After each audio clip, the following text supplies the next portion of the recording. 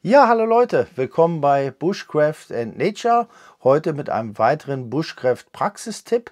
Ja, wie ihr im Intro schon gesehen habt, geht es heute ums Thema Schneckenschleim oder besser gesagt Schneckenschleimentfernung.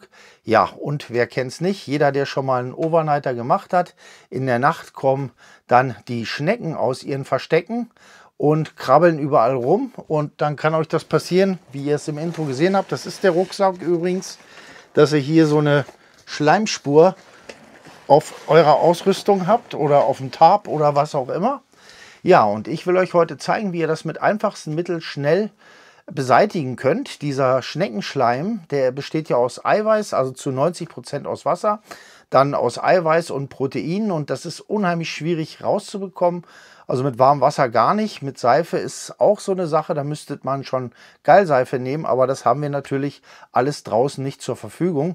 Und wenn ihr auf einer Mehrtagestour seid, ja, dann sowieso nicht, oder ihr müsst irgendwelche Seifenstückchen nehmen. Aber wie gesagt, das geht nicht gut und verfärbt auch die Ausrüstung teilweise. Da habe ich keine guten Erfahrungen mitgemacht.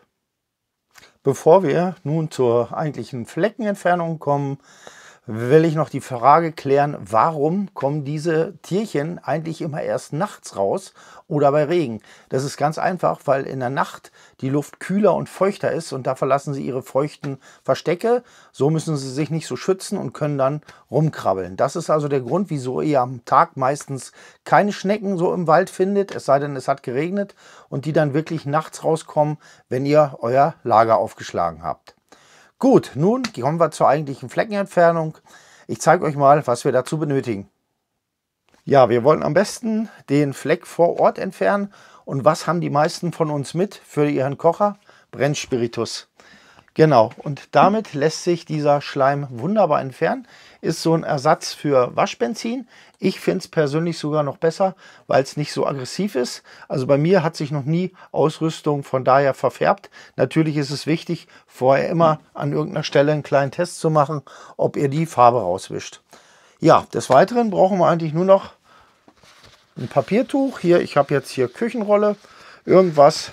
Wenn die Flecken ganz hartnäckig sind, kann man die nachher auch nochmal, wenn man es ausgerieben hat, mit einem feuchten Tuch mit Wasser nochmal nachwischen.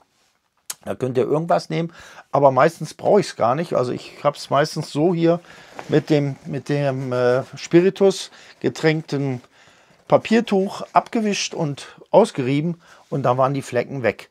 Und es hat den Vorteil, es trocknet natürlich unheimlich schnell und ihr seht es kaum noch. Okay, dann würde ich sagen, machen wir mal diesen hässlichen Fleck jetzt hier aus dem Rucksack wieder raus. Ja, hier sieht man schön die Schleimspuren. Das spiegelt sich hier so im Licht. Hier am Riemen ist auch was. Also hier ist die Schnecke praktisch rübergekrabbelt bis hierhin. Ja, dann nehme ich jetzt mal ein Stück von dem Papiertuch hier. So.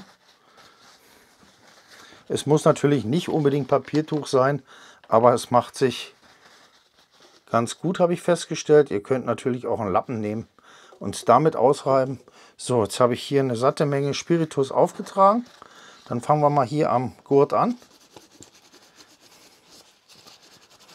Ich habe es vorher natürlich schon getestet, dass sich das nicht verfärbt. Seht ihr hier auch in der Kamera. So, hier ist auch was auf dem Gurtband. So. Und ihr könnt es auch so machen, wenn es jetzt sehr hartnäckig ist, ihr könnt es mehrfach wiederholen. Ich nehme jetzt auch mal wieder eine neue Stelle, mache noch mal frisch drauf, und ihr könnt es auch einweichen lassen, ein bisschen, den Schleim. Ich mache das jetzt mal hier auf den Stoff. Wische das erstmal schön ein, und dann gehe ich nachher noch mal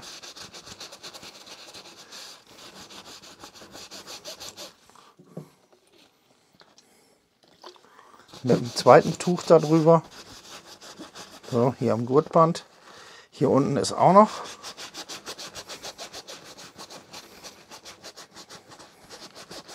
Auch noch weg. Ja, und wie gesagt, wenn ihr meint, dass das Tuch schon voll ist, kommt natürlich auf die Menge von dem Schleim an, den ihr da drauf habt. Dann würde ich mal das Tuch wechseln.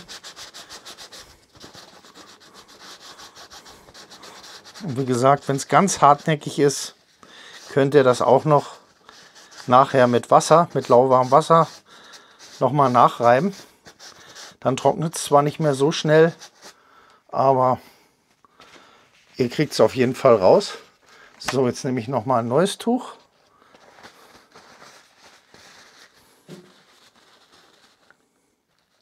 So, nochmal schön nachreiben. Hier alles, das Gurtband und hier, wo die Schnecke so richtig drauf war mit dem Schleim. Das geht übrigens auch bei Tarps. So. Und hier seht ihr schon den Vorteil auch von der Küchenrolle. Ihr habt keine Fusseln. Sonst habt ihr Fusseln auf der Ausrüstung. So, okay, ich denke, das dürfte es schon gewesen sein. Schreibt nochmal nach. So, und jetzt trockne ich das Ganze nochmal mit einem ungetränkten Tuch, soweit wie es geht. Der Alkohol verfliegt eh, aber es hat ja auch einen leichten Wasseranteil noch drin. So, ich denke, das war's. Ein paar Sandkörner sind hier noch. Gut.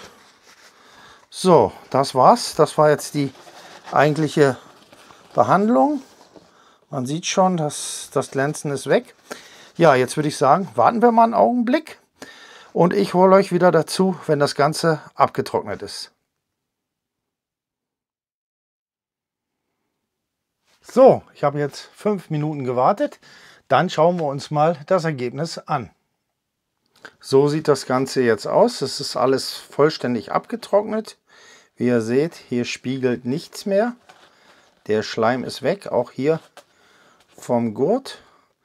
Seht das? Ich zeige jetzt noch mal ein bisschen von nahem. Hier alles sauber. Es sind keine Spuren mehr zu erkennen. Auch hier am Träger. Es ist alles weg. Es ist pikosauber und das mit wenig Aufwand innerhalb von kürzester Zeit. Wer übrigens der Meinung ist, dass er diese Schleimspuren verhindern kann, indem er den Rucksack an einen Baum anhängt, den muss ich leider enttäuschen. Die kleinen Tierchen krabbeln auch mühelos die Baumrinde hoch und kommen dort auch an euren Rucksack.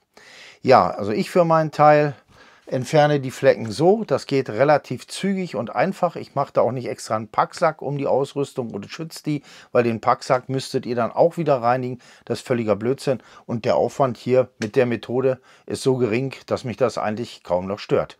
Ja, das war der Bushcraft Praxistipp für heute. Ich hoffe, es hat euch wieder gefallen. Dann macht's gut. Bis zum nächsten Mal. Euer Detlef. Tschüss. Ciao.